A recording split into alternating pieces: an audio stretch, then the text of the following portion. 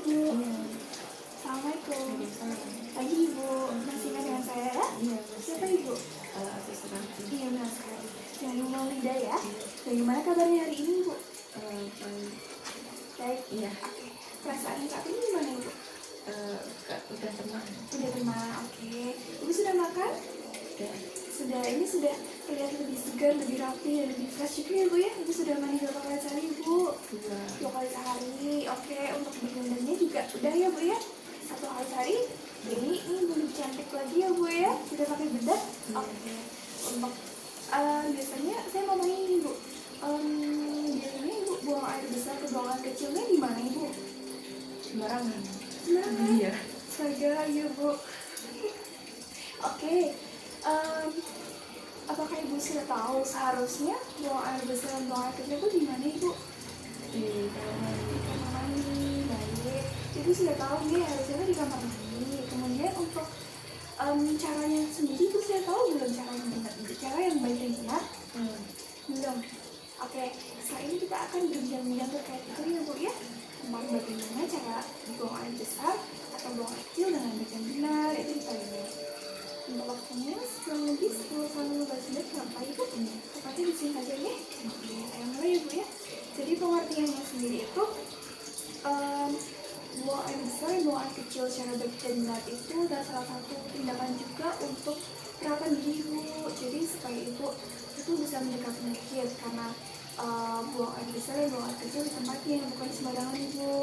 Kemudian juga yang lainnya Ibu bisa menjaga kesehatan diri Ibu.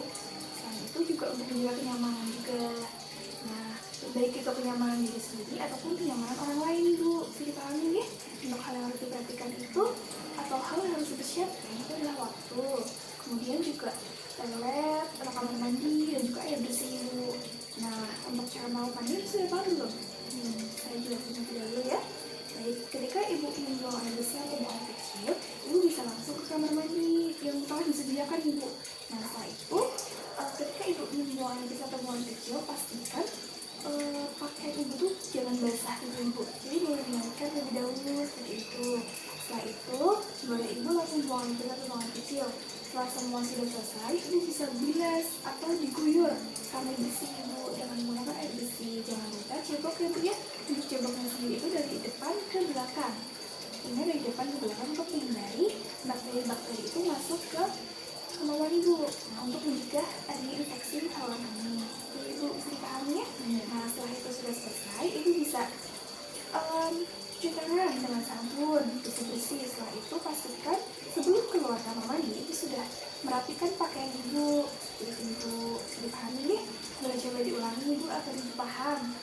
Jadi kita harusnya kalau mau beraktivitas itu di toilet menggunakan air bersih. Terus kemudian jika sebelumnya harus diangkat dulu bajunya ataupun celana biar nggak basah. Kemudian setelah bersih itu dibilas, kemudian harus cebok dari depan ke belakang supaya tidak terjadi infeksi gitu. Oke, setelah itu cuci tangan dan juga pastikan pakaiannya sudah dibiarkan. Oke, paham ya Bu ya? Bagaimana perasaan Ibu setelah mengetahui cara melakukannya dari apa yang berguna? Saya senang. Oke, boleh saya tanya kembali Ibu secara singkatnya, boleh Ibu ulangi terkait dari tadi yang sudah saya jelaskan supaya Ibu lebih paham lagi. Jadi dari apa yang benar itu harusnya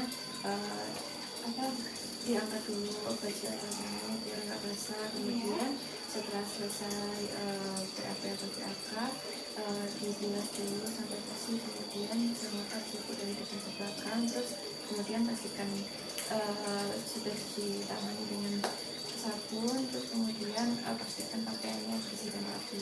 Iya sekali. Ibu hebat sekali sudah paham ya Bu ya. Baik.